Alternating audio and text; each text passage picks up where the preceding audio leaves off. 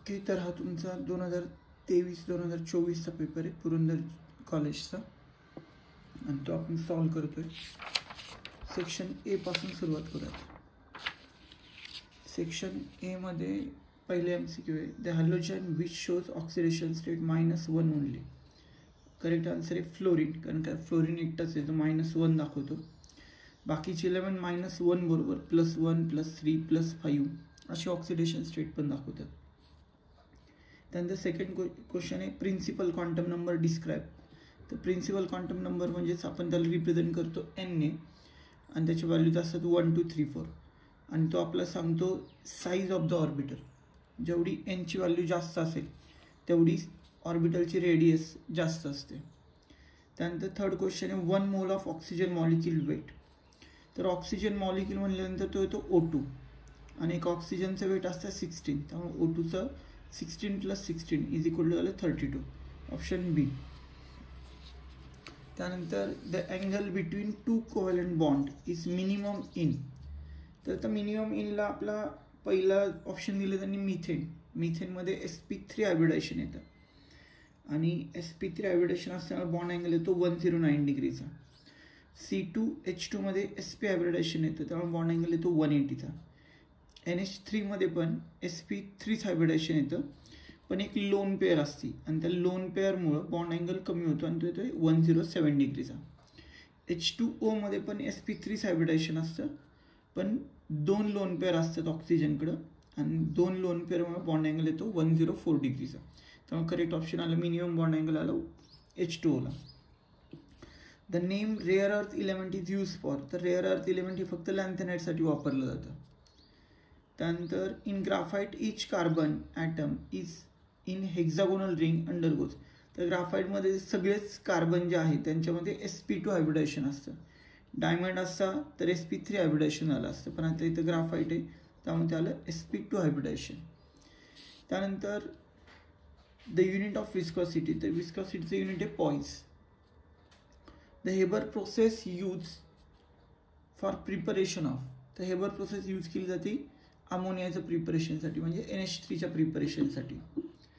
त्यानंतर nuclear reactor work on the principle. Nuclear रिॲक्टरमध्ये nuclear फिशनची रिॲक्शन असते जी कंट्रोल फॉर्ममध्ये केली जाते. हीच रिॲक्शन अनकंट्रोल झाली असती तर हाच न्यूक्लिअर बॉम्ब तयार झाला असता आणि कंट्रोल फॉर्ममध्ये म्हणून न्यूक्लिअर फिशनला न्यूक्लिअर रिॲक्टरमध्ये काम करतं.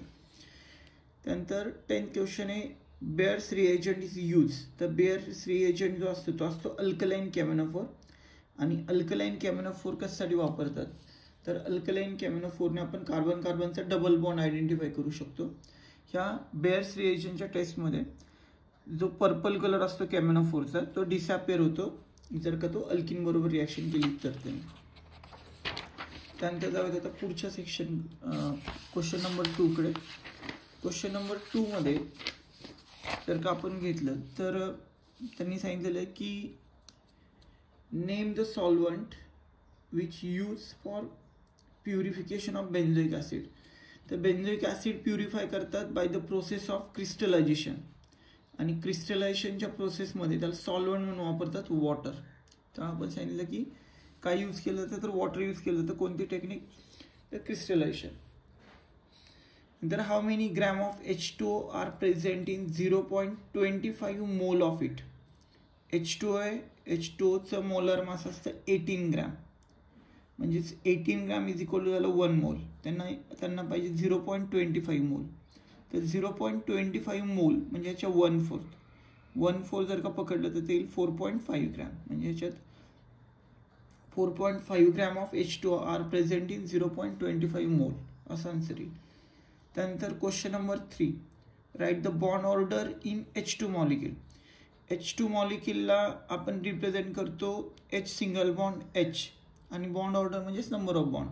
त्यामुळं the bond order of H2 molecule is 1 असं आन्सर येईल.